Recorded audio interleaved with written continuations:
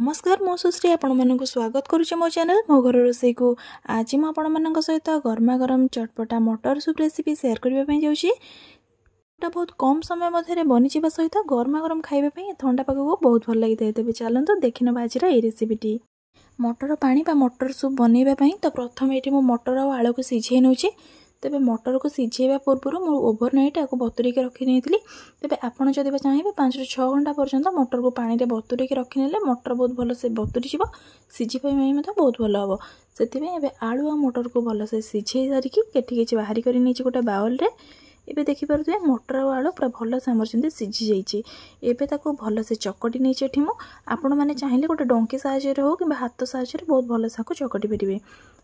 चलते देखने आउ कौन कौन सब आवश्यक। एठी किछि धनिया पत्र को काटिक नहीं जाइए, फाड़े लेंबू किछि अदा को एठी छेचिक नहीं जाइए।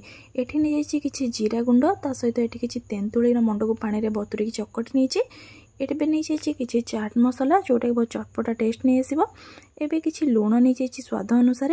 एठी गोटे चमच लंका गुंड नहीं। एठी रेड चिली पाउडर नहीं पूरा दुकान में मिलता है। आप नॉर्मल लंका गुंड नहीं पारे।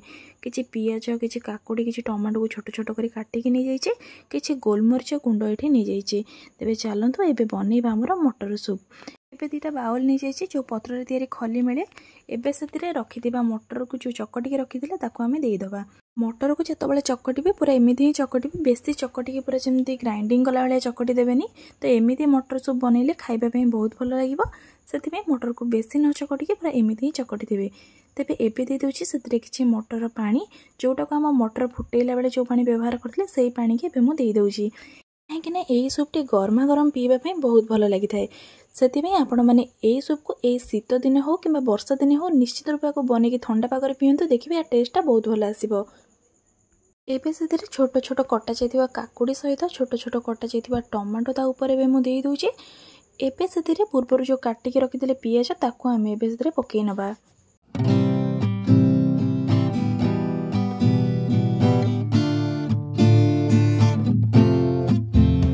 एबे से पकाउछि एठी मु तेंतुली पानी। तेबे तेंतुली को मु प्रथम पानी रे बतुरी के रखी नहीं। पानी रे बतुरी गला परे ताको भल से चकटिकी ता मंजी गुड़ाक सब भल से बाहरी कर नहीं। तेबे से तेंतुली पानी को एबे मु 2 चामच दे दूची जोटा हले कि बहुत खटाली टेस्ट आनिबो खाइबा पे मते बहुत भल लागिबो। ये पकाउछि स्वाद अनुसार अल्प लुण। तेबे मटर जेतबेले सिझेइतिले सेतबेले लुण पकईतिले से अनुसार देखिकी देबे। तो मो अल्प लुण नहीं। एबे से गोटे चमच एठी जीरा गुंड पकई नउछि, गोटे चमच एठी रेड चिली पाउडर पकई नउछि। आपण घरर लंका पाउडर मध्य पकई परिबे। एबे से गोटे चमच ब्लैक पेपर बा गोलमरीच गुंड एठी दे दोछि जोटा बहुत भल फ्लेवर नहीं आसो, खाइबा पई मध्य बहुत भल लागिबो। एबे से पकाउछि किछि चाट मसला जोटा कि बहुत चटपटा टेस्ट आनिबा सहित खाइबा पई मध्य बहुत भल लागिଥାଏ। से चाट मसला को निश्चित रूपे पकेइबे। एबे से पूर्व छेचिक रखिथिबा अदा को पकई नउछि।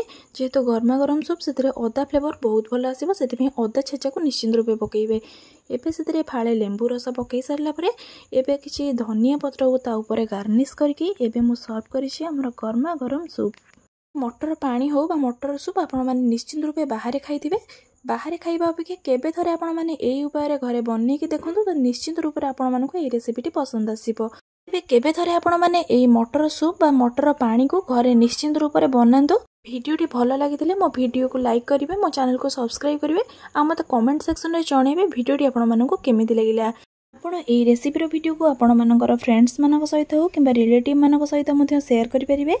तो एमिति नुआ नुआ रेसिपी वीडियो नोटिफिकेशन सबुठार प्रथमे पाइबा पई हेले मो चैनल को सब्सक्राइब करबा सहित पाखरे थिबा नोटिफिकेशन बेल को मध्य निश्चित रूप प्रेस करंतु। तेबे सेतबेल पई रहउची देखा बा गोटे नुआ वीडियो रे नुआ रेसिपी सहित।